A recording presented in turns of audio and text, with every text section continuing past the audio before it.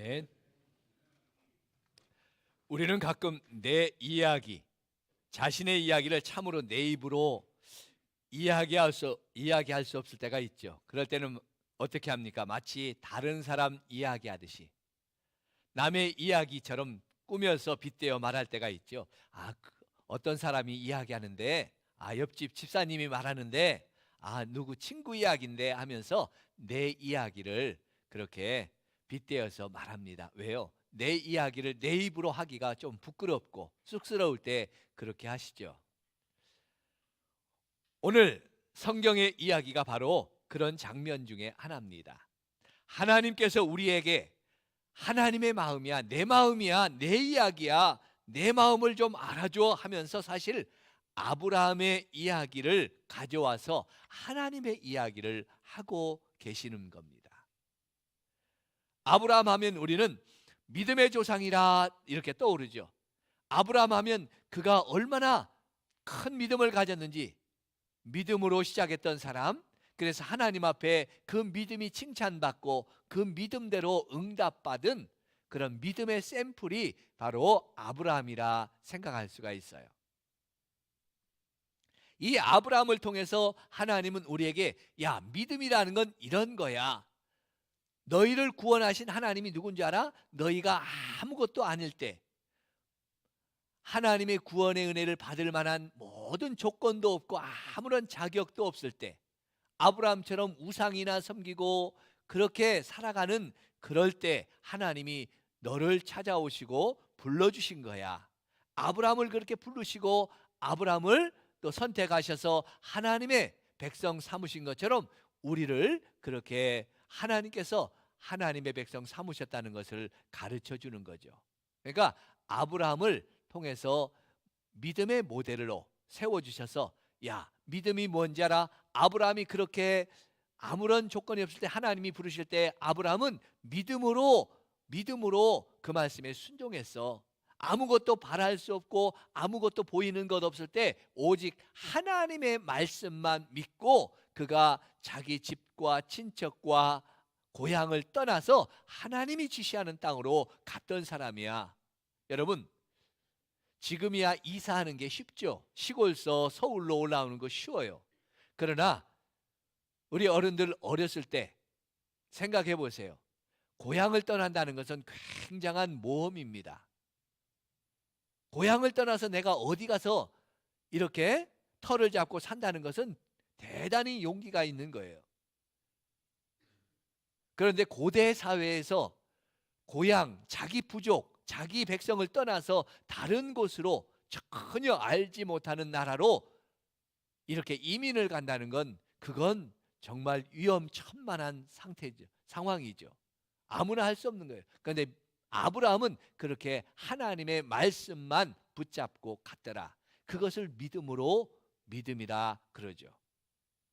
뿐만 아니라 하나님은 아브라함에게 그가 10년 동안 그렇게 하나님의 말씀에 순종하며 살았지만 10년이 다 되어도 85세가 되어도 자기에게 아들이 없고 후사가 없을 때 하나님이 어느 날 밤에 이게 밤하늘의 별들을 가리키면서 내가 너의 후손을 저렇게 밤하늘의 별처럼 바다의 모래처럼 허다하게 많게 하시겠다 하실 때 아브라함은 또 그것을 믿음으로 받았어요. 믿었다 그랬어요. 자식이 하나도 없어요. 후손이 하나도 없지만 하나님의 말씀을 믿고 믿었다라고 그랬어요. 그것을 하나님은 의로 여기셨더라 그랬어요. 여기서 믿음의 의가 나오죠. 믿음으로 의롭게 되는 거예요. 우리가 행위로 의롭게 되고 행위로 구원받는 게 아니라 하나님의 말씀을 믿는 믿음으로 의롭게 되어 구원받는 구원의 진리를 로마서에서 바울이 이야기한 게 아니라 이미 하나님은 아브라함을 통해서 그 믿음의 의를 가르쳐 주셨어요. 거기서 멈춘 게 아니라 아브라함이 믿었던 그 믿음, 하나님의 약속을 믿었던 믿음이 결코 헛되지 않고 그 믿음이 믿음대로 하나님의 말씀을 믿는 믿음대로 이루어졌더라라는 이루어진 증거를 보여주죠. 그게 뭐예요?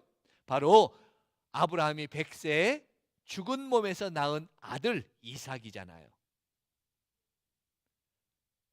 아브라함은 하나님의 약속의 말씀을 믿었어요.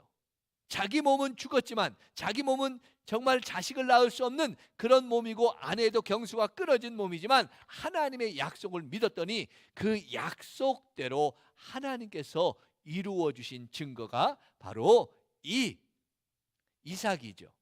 여러분, 그렇다면 하나님은 그냥 아브라함에게 100세 아들을 주셨더라, 아들을 낳을 수 없는 그런 절망적인 아브라함과 그의 아내 사레의 몸이 있지만 하나님은 그런 큰 능력으로 하나님의 역사로 아들을 주셨더라 하는 게 이삭의 이야기에서 끝나는 게 아니에요. 이삭은 하나님의 이야기요, 하나님이 하고 싶은 이야기가 이삭 속에 있는 거예요. 뭐요? 하나님께서 이제 앞으로 보내주실 메시아 예수님의 이야기를 이삭을 통해서 하고 싶은 거예요. 하나님은 이제 우리를 구원하시기 위해서 처녀의 몸으로 성령으로 잉태되어, 처녀의 몸에 성령으로 잉태되어 이 땅에 오실 하나님의 아들 예수님의 이야기를 우리에게 지금 이삭을 통해서 하고 싶은 거예요. 봐라, 이삭을 봐라. 하나님이 어떤 분이냐? 하나님은 못하실 분이 아니다. 하나님은 아들을 낳을 수 없는 그 죽은 몸 같은 아브라함과 사라의 몸에서 아들을 낳게 하셨잖냐? 이게 하나님의 능력이고 하나님의 역사다. 그리고 하나님은 말씀하신 대로 이루시는 분이다. 믿습니까? 하나님은 전능하신 분이다. 하나님은 약속대로 이루시는 분이다. 하나님은 불가능한 것이 없으신 분이다 라는 것을 지금 이삭을 통해서 이야기해 주는 거예요. 하나님이 어떤 분이신가? 그래서 뭐예요? 그래서 하나님도 약속했죠. 하나님은 또 하나의 약속이 있습니다. 이사야 7장 14절에 어떤 약속이 있는지 한번 보겠습니다. 이사야 7장 14절에 어떤 약속이 있습니까? 우리 같이 읽어봅니다. 우리 이사야 7장 14절입니다.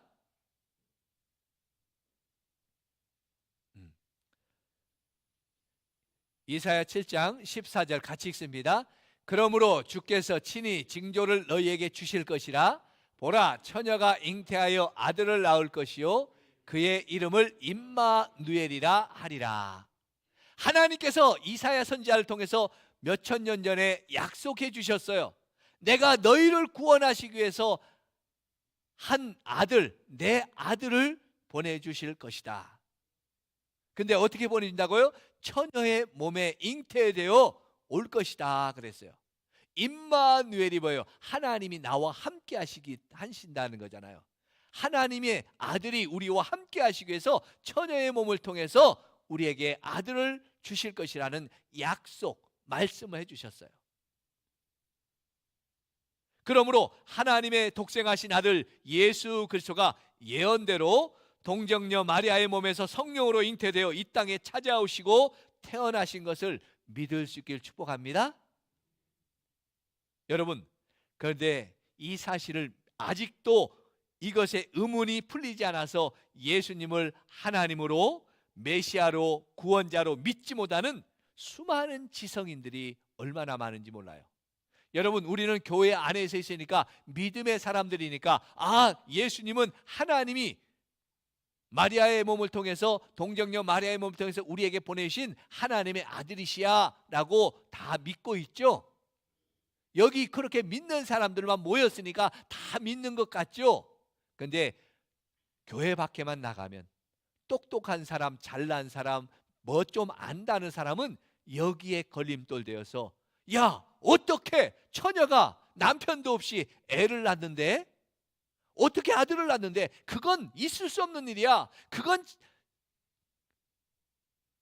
도저히 상상할 수 없는 일이야. 그건 거짓말이야. 믿을 수 없어 해서 이것에 걸림돌이 되어서 다 예수 믿는 것을 포기하는 그런 과학자들, 그런 지성인들, 그와 같이 잘난 사람들이 세상에는 얼마나 많은지 몰라요. 얼마나 불쌍해요.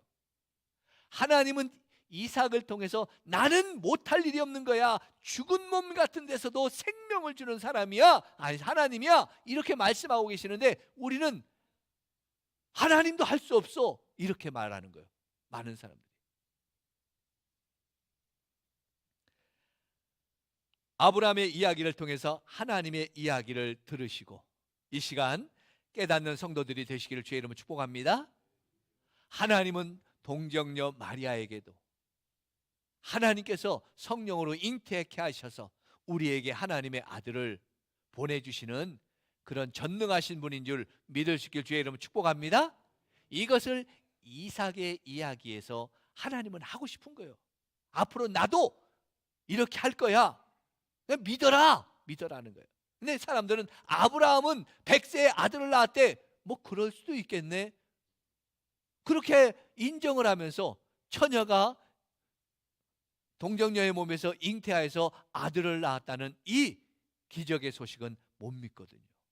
얼마나 안타까워요. 이어서 또 하나 하나님의 가장 중요한 구원의 여정, 구원의 방법을 우리에게 아브라함을 통해서 말씀해 주시는 사건이 또 하나 있죠. 그 이야기가 오늘 본문에 나오는 아브라함의 아들, 그 아들 이삭을 번제로 드리는 장면입니다. 오늘 이야기는 하나님께서 기적으로 주신 그 아들, 하나님의 언약의 말씀대로 주신 그 아들 이삭의 이야기죠. 그 아들 이삭이 태어난 날부터 아브라함의 삶은 완전히 변했어요. 어떻게 변했을까요? 그의 삶의 중심이 변했습니다. 그의 삶의 모든 관심이 변했어요. 어떻게 해요? 세상이 아니라 바로 이삭을 바라보는 그 삶이 변했어요. 이삭을 바라보는 아브라함의 눈과 얼굴이 변했습니다. 하루 종일 이제 이삭과 함께 동행하는 삶이었어요.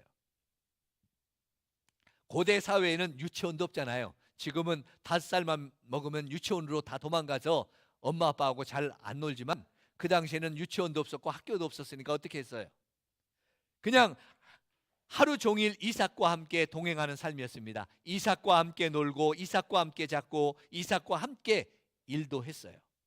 그 이삭의 얼굴만 쳐다봐도 아브라함의 눈에는 웃음이 가득히 나오는 행복이 넘쳤어요. 정말 눈에 넣어도 아프지 않는 자식이었습니다. 또 이제 모든 아브라함의 관심은 이제 오직 이삭의 장례를 준비하는 거였어요. 그가 지금까지 모아온 모든 재산, 소와 양과 땅들, 그리고 어떻게 하면 이삭이 안전하게 평안히 살 수 있을까? 이제 늙어서 언제 죽을지 모르는 아브라함은 늦기 전에 이 이삭의 미래를 위해서 하나라도 더 준비해 주고 싶은 그 아버지의 마음으로 이삭을 위해서 살았어요. 이삭은 정말 아브라함의 꿈이고 소망이고 미래였죠. 그 인생의 전부였다고 해도 과언이 아니에요. 아브라함 자신보다도 이삭이 먼저였던 아브라함이었어요. 그런 이삭이 점점점 커서 오늘 성경에 보니까 번제로 쓸 나무를 지고 갈 정도로 그런 건장한 청년이 되었어요. 여러분, 소나 양이나 하나님 앞에 번제로 드릴 때 나무가 얼마나 필요하겠어요? 나무가 조금만 필요하겠어요? 장작 몇 개만 필요하겠습니까? 아니죠. 번제로 쓸 나무, 소나 양이나 양을 잡아서 번제로 쓸 때 그것을 태워서 하나님 앞에 드리려면 어른으로 한 짐 지고 갈 정도는 필요했을 거예요. 장작이. 나무가 그 정도 필요했겠죠? 그러니까 오늘 보니까 이삭이 그 번제로 쓰일 나무를 그가 지고 갈 정도로 건장한 청년으로 자랐어요. 어린아이가 아니에요. 그런 장성한 아들을 볼 때 얼마나 아브라함의 마음이 흡족하겠어요. 그냥 이삭만 바라보도 배가 불러요. 너무 행복해요. 그런 기쁨과 은혜로 행복을 누리며 살던 이 아브라함에게 어느 날 청청병락 같은 하나님의 말씀이 주어졌죠. 오늘 말씀해 보니까 내 아들, 내 사랑하는 독자 이삭을 나에게 번제로 드려라 라고 하나님이 명령하셨어요. 여러분, 이 하나님의 말씀을 듣는 순간 아브라함의 심정이 어떻을까요? 마른 하늘의 청천벽락이죠. 꿈에도 생각하지 못했던 일입니다. 하나님이 설마 이런 명령을 내리실 줄은 몰랐을 거예요. 전혀 예상하지 몰랐습니다. 차라리 나보고 죽으라고 하면, 차라리 나보고 죽으라면 내가 기쁘게 죽을 수 있는데, 아들, 그 내 소망, 내 꿈, 내 모든 인생의 전부인 그 아들을 하나님 앞에 죽여 번제로 드리라니, 이것은 아브라함의 기쁨과 행복을 한순간에 빼앗아 가버리는 거죠. 사라져 버렸어요. 소망이고 꿈이고 인생의 전부인 그 아들을 죽여야 되는 그 아버지의 마음 어떻을까요? 비통하고 말할 수 없는 눈물의 마음이 그 아버지의 마음이겠죠. 그런데 오늘 의미심장하게 오늘 본문은 하나님의 말씀을 들은 아브라함은 어떤 동요도 없이 결단한 마음처럼, 아, 하나님 그렇습니까? 그러면 제가 드려야죠. 아, 아들 이거 기꺼이 드리겠습니다 하는 그런 사람처럼 마음처럼 오늘 보니까 아침 일찍 일어나서 하나님 앞에 번제로 쓰일 나무를 준비해 가지고 그 짐승의 나귀에 태운 다 실어 가지고 종들과 함께 그 길을 일찍이 떠나는 그 아브라함의 모습을 보여주고 있습니다. 아브라함의 마음에는 원망도 없었을까요? 불평도 없었을까요? 하나님, 이게 무슨 일입니까? 하나님, 차라리 이 아들을 주지 말지. 아들을 주셨으면 달라고는 하지 말지. 주셨으면 빼앗아가지 말지. 어떻게 죽여서 번제로 드리라고 합니까? 차라리 나를 죽여서 번제로 받으십시오 라고 하는 그 아버지의 절규하는 마음이 없었을까요? 여러분이 아브라함이라면 어떤 마음이었을까요? 그런데 오늘 보니까 당연하다는 표정으로 순종하는 아브라함입니다. 함께 그 산에 도착했습니다. 이삭에게 이제 번제에 쓸 나무를 짊어지게 하고 자신은 칼과 불을 가지고 가는데 이삭이 묻습니다. 아버지, 번제로 쓰일 칼과 불과 이 나무는 있는데 왜 번제로 쓰일 양이 없습니까? 양은 어디 있습니까? 할 때 아브라함의 마음은 어땠을까요? 뭐라고 얘기해요? 하나님이 자신을 위해서, 하나님을 위해서 친히 준비하시리라. 그 말밖에는 못하고 더 이상 입을 다물고 있는 그 아버지의 그 안타까운 마음, 네가 하나님 앞에 드릴 번제물이야 라고 말할 수 없는 그 아버지의 그 마음은 어떻을까요? 오늘 여기에 지금 그 하나님의 마음이 담겨져 있어요. 그 아들을 이제 죽이기 위해서 번제 대단을 쌓고 나무를 쌓고 그 아들을 결박해서 칼로 찔러서 죽이려고 하는 그 아브라함의 마음을 하나님께서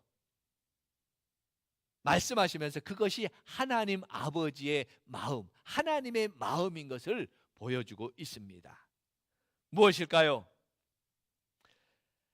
아브라함이 그의 독생하신 아들 이삭을 번제로 드리는 장면을 통해서 그 마음을 우리에게 보이시는데, 하나님의 아들, 사랑하는 독생자, 그토록 아끼고 사랑하며 함께하신 성자 예수님을 우리를 구원하시기 위해서 이 땅에 보내실 뿐 아니라 십자가에 죽기까지 내어주시는 그 하나님 아버지의 마음을 이 아브라함의 이야기 속에 담고 있다는 거예요. 나도 똑같이 하나님도 나도 내 아들, 내 독생자 예수 그리스도를 너희를 위해서 내가 십자가에 죽기까지 주셨다. 내어주었다. 그 마음을 너희가 이해할 수 있느냐? 그 마음을 너희가 알아 하는 거예요.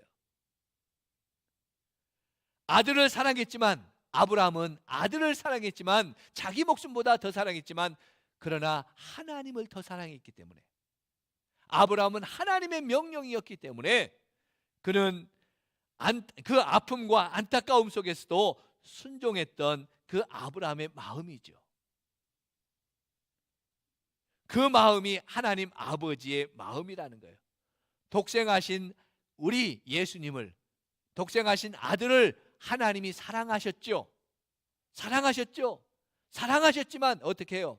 우리를 구원하시는 그 구원의 계획이, 이 죄인들을 구원하시는 그 하나님의 구원의 계획이 더 크셨기 때문에 엘리 엘리 라마 사막다니, 아버지여 나를 왜 버리십니까? 라고 절규하는 그 아들의 절규를 외면하시고 모른 채 하셨어요. 그것이 하나님 아버지의 마음이라는 거예요. 아브라함은 하나님의 명령이니까, 아브라함은 하나님께서 명령하셨으니까, 하나님이 주신 아들이니까, 하나님이 더 크시니까, 하나님의 더 사랑하니까 아들을 기꺼이 번제물로 드릴 수가 있었어요.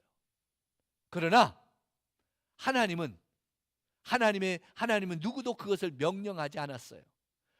아들을 죽여서 우리를 구원하시라고 누가 강요하지도 않았어요. 하나님은 자발적으로 이 일을 행하셨어요. 그리고 그럴 만한 가치가 없는 죄인들을 위해서 이 큰 역사를 이루셨다는 거예요. 아브라함은 하나님의 명령이라는 그 큰 명령이었기 때문에 순종할 가치가 있었죠. 아들을 바칠 수 있는 가치가 있었지만, 하나님은 그 독생하신 아들을 죽여서 그 죄인된 우리를 구원하실 만한 가치가 있어요, 없어요? 없어요. 에베소에 보니까 뭐라고 하냐면, 허물과 죄로 죽었던 우리라 아직 죄인 되었을 때다 우리가 하나님과 원수 되었던 자들이라 그랬어요. 그러니 이런 원수된 자들, 그런 죄인들을 구원할 만한 아무런 가치가 없어요. 그런데 하나님의 사랑을 받을 만한 가치나 근거가 전혀 없는 nothing이에요. nothing. 아무것도 없다는 거예요. 전혀 손톱만큼도 그럴 만한 가치가 없는 저와 여러분을 위해서, 죄인들을 위해서, 나를 구원해 주시기 위해서 그 아들 독자를 죽이셔야 했던 이 하나님 아버지의 마음을 여러분 아십니까? 느끼십니까? 그 하나님의 마음이 얼마나 안타깝겠어요. 나를 구원하시기 위한 하나님 아버지의 마음, 그것이 아브라함이 이삭을 하나님 앞에 바치는 그 비통한 아버지의 마음을 빗대어서 하나님이 우리에게 말씀해 주시는 거예요. 내 마음은 어떻겠냐? 네가 이 마음을 아느냐는 거예요. 이 사랑과 이 은혜를 너희가 아느냐는 거예요. 우리가 그냥 고난주간을 맞이하면, 아, 예수님이 십자가에 고난당하셨대, 그러고 마는 그런 고난주간의 한 주간이 아니라, 예수님의 부활이 어떻게 우리의 생명을 구원해 주신 그 놀라운 은혜와 축복이 있는 부활인지, 우리가 그냥 부활절 계란 먹고 끝내는 부활주일이 아니라, 우리가 정말 고난주간을 생각하면서 하나님 아버지의 마음을 우리가 읽을 줄 아는 그런 자녀가 되고 하나님 백성 되기를 주의 이름으로 축복합니다. 하나님은 지금도 저와 여러분에게, 아브라함에게만 하나님의 이야기를 하신 것이 아니라 나에게도 찾아와서 하나님의 이야기를 해주세요. 내가 눈물 뿌릴 때 나도 아파. 내가 자식을 위해서, 내가 누군가를 위해서 아파하고 힘들고 괴로워할 때 나도 그랬어. 하나님의 이야기를 우리에게도 해주시고요, 우리의 고난과 슬픔 가운데도 하지만 우리의 즐거움과 행복 속에서도 하나님이 기뻐하시고 즐거워하시는 그 하나님의 이야기를 오늘도 저와 여러분에게 나누어 주고 있어요. 그것이 우리의 간증이라는 거죠. 하나님은 여러분에게 어떤 이야기를 하고 계십니까?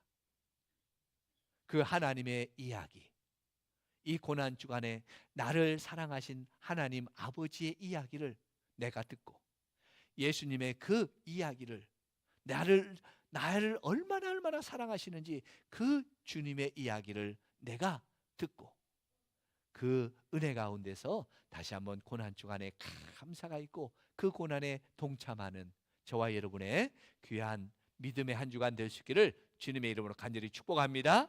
축복합니다. 우리 같이 일어나셔서 같이 우리 찬양합니다. 우리 문들아 머리 들어라, 들릴지어다 영원한 문들아.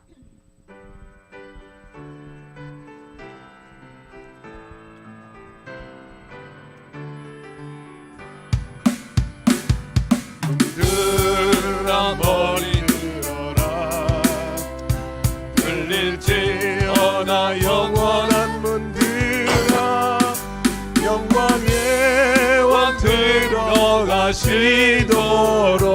영광의 왕 들어가신다.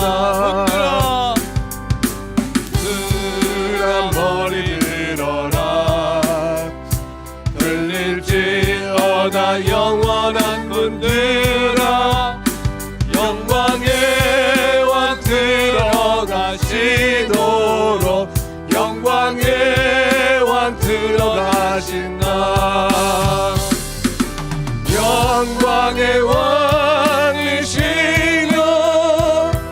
강하고 능하신 주로다 전쟁에 능하신 주시라 다 찬양 위대하신 왕 함께 만세 왕께 만세 왕께 만세 당신은 영광의 왕이라 다 찬양 위대하신 왕 흔들어 머리 들어라 들어라 머리 들어라 들릴지어다 영원한 문들아 영광의 왕 들어가시도록 영광의 왕 들어가신다 영광의 왕이시뇨 영광의 왕이시뇨 강하고 능하신 주로다 전쟁에 능하신 주시라 다 찬양 위대하신 왕 함께 만세 우리 손을 높이 들고 찬양합니다 왕께 만세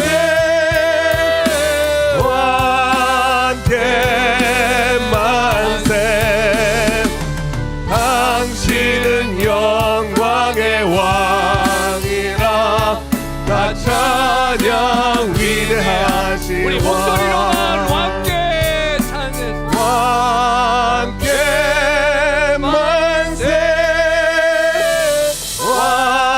왕께 만세 당신은 영광의 왕이라 다 찬양 위대하신 다시 한번 함께 만세 목소리로만 왕께 만세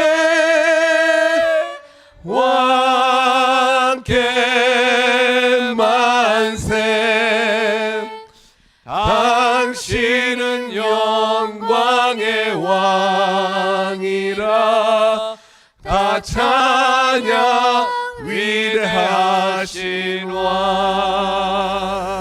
아멘. 오늘 말씀을 붙잡고 우리 같이 기도합니다. 하나님 아버지의 마음을 알게 하여 주시옵소서. 아브라함의 이야기 속에 하나님의 마음을 담아 우리 속에 말씀하시는 그 사랑의 이야기를 듣게 하여 주시고 나를 위해 독생자 아들을 아끼지 아니하시고 십자가에 내어주신 우리 하나님 아버지의 그 크고 놀라운 사랑의 은혜를 이 시간 깨닫게 하여 주시옵소서. 내 삶 속에도 찾아와 말씀하시는 하나님의 그 이야기를 듣고 주님 앞에 영광의 찬송으로 영광 드리는 우리의 삶이 되게 해 주시옵소서. 우리 같이 기도하겠습니다. 하나님 아버지 감사합니다. 오늘도 주님 주께서 아버지 아브라함을 통해서 아버지 하나님의 마음을 이야기하시고 말씀을 이야기하시며 우리로 아버지 그 하나님의 이야기를 듣게 하여 주시니 감사합니다. 하나님 아버지 오늘도 나를 찾아와 아버지의 말씀하시는 하나님의 이야기를 듣고 하나님의 뜻을 깨닫고 하나님의 마음을 알고 하나님의 그 사랑을 알고 하나님의 그 은혜를 깨달아 주님 앞에 살기를 원합니다. 하나님 주님 오늘도 그 은혜 가운데 아버지여 축복해 주시며 아버지여 그 사랑을 알고 이 고난 주간을 또 주님과 함께 말씀을 묵상하며 승리할 수 있도록 축복해 주옵소서. 하나님 아버지 오늘도 주님 아브라함을 통하여서 이삭을 통하여서 하나님의 마음을 이야기해 주시고 하나님의 그 사랑을 말씀해 주시는 것을 깨닫게 하여 주옵소서. 이 시간도 하나님이여 나를 위해서 십자가의 아들을 내어주신 그 하나님의 사랑과 은혜의 이야기를 아버지여 깨달아 알고 하나님 지금도 나에게 말씀하시는 그 하나님의 이야기를 듣게 하여 주시옵소서. 이 고난 주간에 그 하나님의 마음 우리 주 예수 그리스도의 마음을 알게 해주시고 묵상하며 귀한 아버지의 이 고난주간에 동참하는 우리 모든 성도들 되게 하여 주옵소서. 이제는 우리 주 예수 그리스도의 은혜와 하나님 아버지의 놀라우신 사랑하심과 성령 하나님의 감화 감동하심과 역사하심과 충만하심이 하나님 아버지의 마음을 다시 한번 깨달아 알고 그 말씀 속에서 우리를 찾아와 주셔서 우리를 위하여 아들을 내어주시고 죽기까지 십자가에 내어주신 우리 하나님 아버지의 마음을 깨닫고 이 고난주간 그 주님의 마음을 우리가 알고 오늘도 나를 찾아와 이야기하시는 그 말씀의 은혜를 듣고 이 한 주간 이 귀한 고난주간에 동참하며 주님의 은혜를 누리기를 원하는 머리 숙인 주의 백성들의 심령 유회와 가정과 일터와 생업 유회, 이 나라와 이 민족 유회와 우리 성산교회 유회 이제로부터 영원토록 함께 있을지어다. 아멘.